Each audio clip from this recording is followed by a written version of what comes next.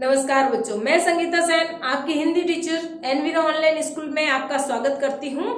कल हमने पढ़ा था कक्षा 6 का पाठ 5 अक्षरों का महत्व। आज लेंगे हम उससे आगे उस पाठ के शब्दार्थ व प्रश्नों के उत्तर।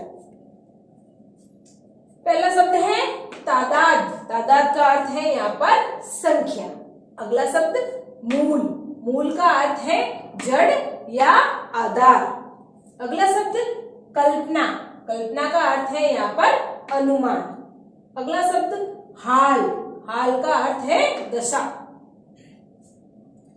अगला शब्द है अनादिकाल। अनादिकाल का अर्थ है जिसका आरंभ न हो, जिसकी शुरुआत ही न हुई हो।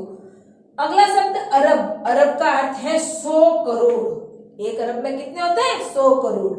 अगला शब्द विकास। विकास का अर्थ है प्रगति या सुधार। अगला शब्द औजार। औजार का अर्थ है यहाँ पर हथियार। अगला शब्द इस्तेमाल। इस्तेमाल का अर्थ है प्रयोग। अगला शब्द है कांसा। कांसा का अर्थ होता है तांबे और पीतल के मिश्रण से बना एक धातु। अगला शब्द है प्रागैतिहासिक। प्रागैतिहासिक का अर्थ है इतिहास से पहले का समय। व्यक्त करना। व्यक्त करना का अर्थ है यहाँ पर प्रकट करना। चित्र संकेत। चित्र संकेत का अर्थ है चित्रों द्वारा मन की बात प्रकट करना, यानी चित्र बनाकर अपने मन का भाव को व्यक्त करना। भाव संकेत। भावों को प्रकट करने वाले संकेत, यानी क्या करता था मनुष्य? चित्रों के माध्यम से अपने भाव को प्रकट करता था। अस्तित्व में आना। उसका अर्थ है बनना या प्रकट होना, यानी अक्षरों का बनना या उनका अस्तित्व में आना। अगला शब्द वृत्त। वृत्त का अर्थ है यहाँ पर गोला। अगला शब्द द्योतक। द्योतक का अर्थ होता है बताने वाली। अगला शब्द सिलसिला। सिलसिला का अर्थ है क्रम या निरंतरता, यानी आगे से आगे बढ़ते रहना। अगला शब्द कौम। कौम का अर्थ है यहाँ पर जाति, समुदाय या राष्ट्र। अगला शब्द पीढ़ी। पीढ़ी का अर्थ है यहाँ पर वंशज। अगला शब्द है लिपि। लिपि का अर्थ है अक्षरों का लिखित रूप, यानी अक्षरों के लिखित रूप को क्या कहते हैं? लिपि। जैसे अक्षरों की बनावट या लिखने का ढंग या तरीका क्या कहलाता है? लिपि। ये हो गए अपने कक्षा 6 के पाठ 5 अक्षरों के महत्व के शब्दार्थ पूरे। लेते हैं इस पाठ में आए कुछ प्रश्नों के उत्तर। पहला प्रश्न है, पाठ में ऐसा क्यों कहा गया है कि अक्षरों के साथ एक नए युग की शुरुआत हुई? यानी अपन ने पाठ पढ़ा तो इसके अंदर ऐसा क्यों कहा गया कि अक्षरों के साथ ही मनुष्य के एक नए युग का प्रारंभ हुआ या शुरुआत हुई? उत्तर है इसका, ऐसा इसलिए कहा गया है क्योंकि अक्षरों की खोज होने के बाद से मनुष्य ने अपने विचारों को, अनुभवों और खोजों को लिखकर रखना शुरू कर दिया। इन अक्षरों के माध्यम से ही मनुष्य की एक पीढ़ी का ज्ञान दूसरी पीढ़ी को मिलने लगा। वह अपने इतिहास की जानकारी भी मिलने लगी। यानी कहने का मतलब है मनुष्य का युग की नई शुरुआत अक्षरों से क्यों हुई? क्योंकि आप सबको पता है बिना अक्षरों के बिना हम कुछ नहीं कर सकते। जब इन अक्षरों की शुरुआत हुई, ये अक्षरों की मनुष्य ने खोज की, तो वो अपनी एक पीढ़ी को दूसरी पीढ़ी के बारे में बताने लगा और अपने बीते हुए कल यानी इतिहास के बारे में भी जानकारी हमें किससे मिलने लगी? बड़े बड़े ग्रंथों में लिखे हुए अक्षरों से। इसलिए कवि ने कहा कि अक्षरों के साथ एक नए युग की शुरुआत हुई, यानी मनुष्य का नया युग कब हुआ? जब उसने अक्षरों की खोज की। लेते हैं अगला प्रश्न, अक्षरों की खोज का सिलसिला कब और कैसे शुरू हुआ? पाठ पढ़कर उत्तर लिखो। यानी जो पाठ में आए हुए हैं कि अक्षरों का सिलसिला कब शुरू हुआ, कैसे शुरू हुआ, वो आपको बताना है। उत्तर है इसका 100 करोड़ वर्ष से भी पहले, यानी प्रागैतिहासिक काल में 100 करोड़ वर्ष से भी पहले मनुष्य चित्र बनाकर अपने भावों को व्यक्त करने लगा। यानी इतिहास से भी पहले 100 करोड़ वर्ष से पहले, यानी अरब वर्ष से पहले मनुष्य क्या करने लगा? चित्र बनाकर अपने भावों को व्यक्त करने लगा। जैसे पशुओं, पक्षियों और आदमियों आदि। यानी उस वक्त क्या थे? पृथ्वी पर पाठ में आया हुआ सिर्फ पशु पक्षी और वनस्पति ही थी। बाद में मनुष्य का निर्माण हुआ तो धीरे धीरे वो जिसको देखता उसका चित्र बनाकर अपने भाव व्यक्त करने लगा। इन चित्र संकेतों के बाद भाव संकेत अस्तित्व में आए। यानी पहले तो वो चित्र बनाता था और चित्र बनाते बनाते धीरे धीरे उसने भाव संकेतों का भी आविष्कार किया, यानी अस्तित्व में आए। यानी भाव संकेत से वो चित्र बनाकर अपने भावों को व्यक्त करने लगा।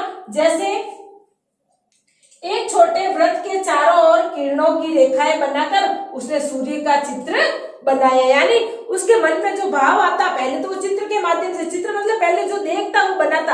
अब वो सूर्य का चित्र कैसे बनाता, उसने क्या किया, एक वृत्त बनाया, गोला बनाया, उसके आसपास रेखाएं बना दी और उसको क्या, ताप और धूप का द्योतक बता दिया कि ये क्या है, जो किरणें निकल रही है ये क्या है, धूप का या ताप की बनी हुई है। यानी उसने ये बनाकर सूर्य का चित्र बनाया। यह चित्र ताप या धूप के भाव का माध्यम बन गया। इस प्रकार पहले चित्र संकेत व भाव संकेत के माध्यम से वह धीरे धीरे मनुष्य ने अक्षरों की खोज की। वह अक्षरों के माध्यम से ही वह अपने भावों को व्यक्त करने लगा। यह सिलसिला लगभग 6000 साल पहले ही शुरू हुआ है। यानी इस पाठ में कवि ने कहा है यह सिलसिला कब शुरू हुआ, कम से कम 6000 साल पहले ही शुरू हुआ है। वैसे अपनी पृथ्वी बहुत पुरानी है, 100 करोड़ वर्ष पहले पुरानी है, अरबों वर्ष पहले पुरानी है, लेकिन अक्षरों की खोज कब हुई, 6000 साल पहले। और उसके अंदर सबसे पहले क्या किया, मनुष्य ने चित्र बनाकर अपने भावों को व्यक्त करना शुरू किया और धीरे धीरे भाव संकेत द्वारा, जैसे जिसको देखता वैसे चित्र बनाता, अपने भाव के आधार पर चित्र बनाकर उसका आविष्कार किया। उसने धीरे धीरे वो क्या करने लगा, आगे बढ़ने लगा और धीरे धीरे चित्र और भावों के माध्यम से ही उसने क्या, नए नए अक्षरों की खोज की और नए अक्षरों के खोज करने के बाद उसने इतिहास भी बनाया। ये हो गया अपने कक्षा 5 के पाठ 5 के प्रश्न 1 और 2 पूरा।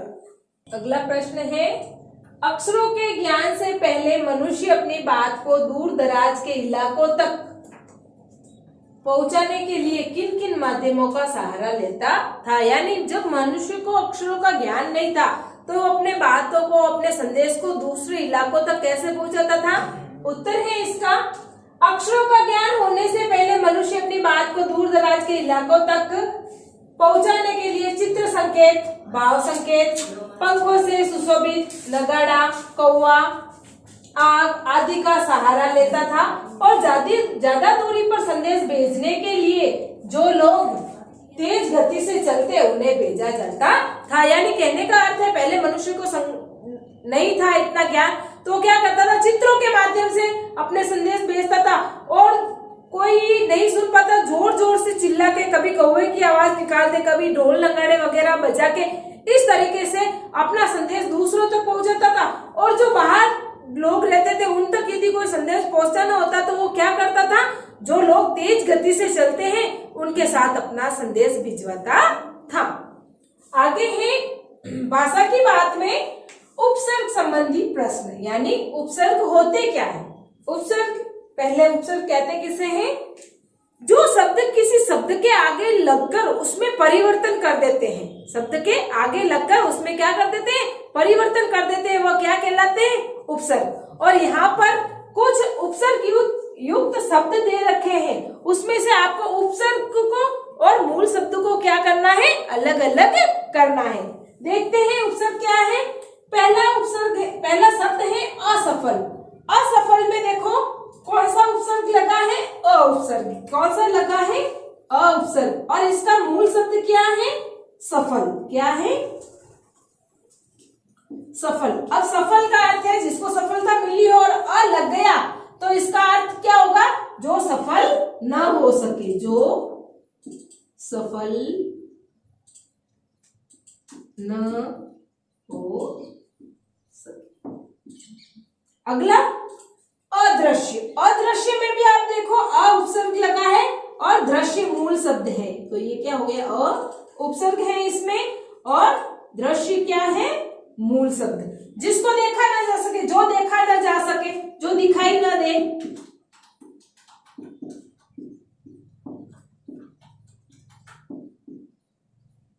ये हो गया इसका अर्थ। अगला है अनुचित। अनुचित में अन उपसर्ग लगा है, अन उपसर्ग है और इसका उचित, ये इसका मूल शब्द है। अनुचित जो उचित ना हो, जो उचित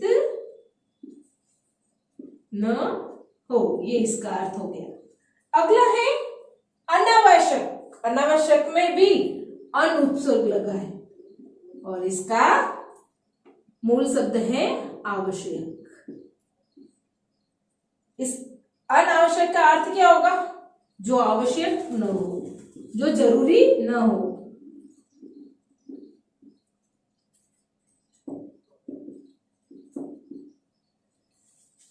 अगला है अपरिचित।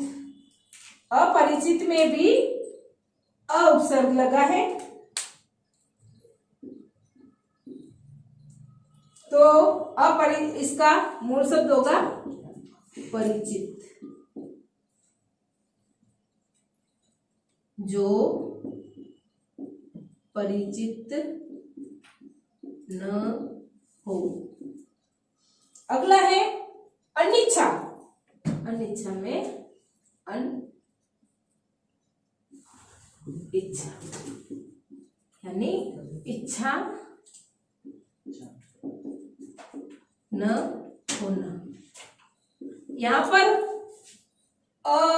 और ये जो अन, ये उपसर्ग लगे, ये किसके प्रतीक है? नहीं के, नहीं के प्रतीक है। जैसे सफल सही शब्द है, अ लग गया तो असफल, यानी जो सफल नहीं हो सका, यानी अ उपसर्ग में क्या छुपा हुआ है?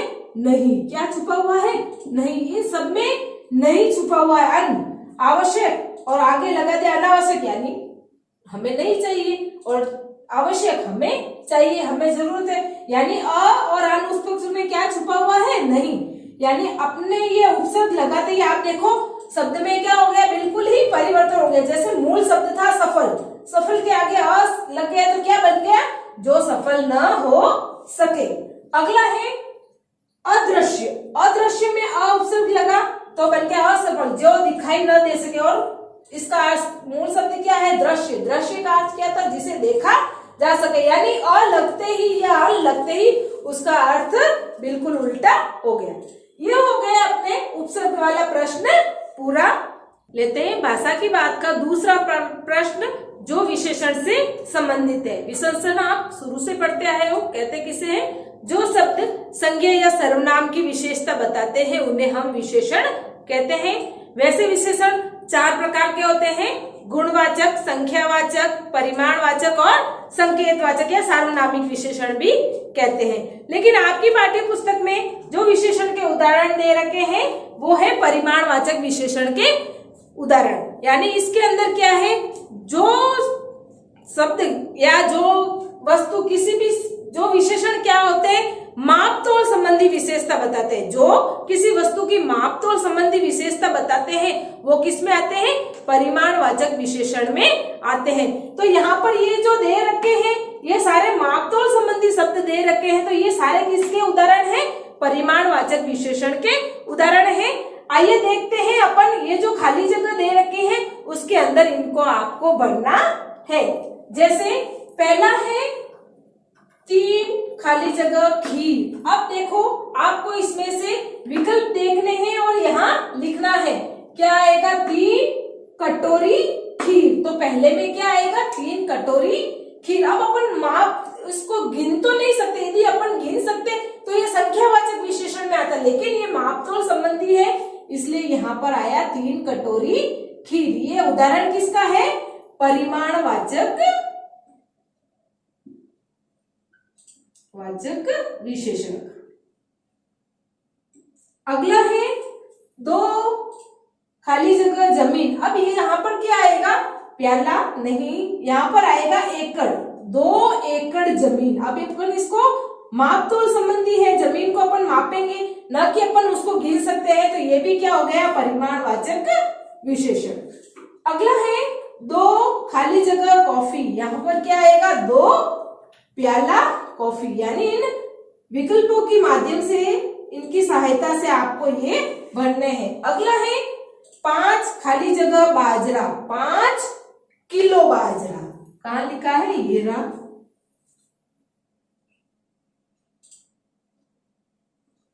ये आ गए यहाँ पर। अब है 6 खाली जगह कपड़ा। कपड़ा किसमें मापते हैं अपन, मीटर में, तो ये रहा यहाँ पर मीटर। यहाँ पर क्या आएगा, मीटर। अगला है 1 खाली जगह दूध, यानी 1 लीटर दूध, यानी दूध को जब आप मापते हैं तो लीटर में मापते हैं ना, तो यहाँ पर क्या हो जाएगा, लीटर।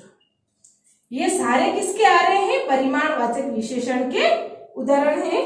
अगला है 1 खाली जगह रेत। अब रेत किस में आती है, उसको अपन कैसे करेंगे, 1 ट्रक रेत, तो यहाँ पर क्या आएगा, रेत।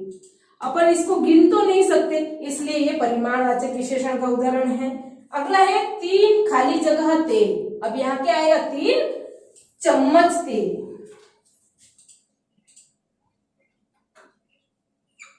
यानी जो शब्द अपन मापतोल, किसी वस्तु के मापतोल संबंधी विशेषता बताते हैं, वो किसमें आते हैं, परिमाणवाचक विशेषण में आते हैं। ये आपकी पाठ्य पुस्तक में आए हुए परिमाणवाचक विशेषण के जो उदाहरण थे, ये हो गए पूरे। ये हो गया अपना कक्षा 6 का पाठ 5 पूरा। धन्यवाद।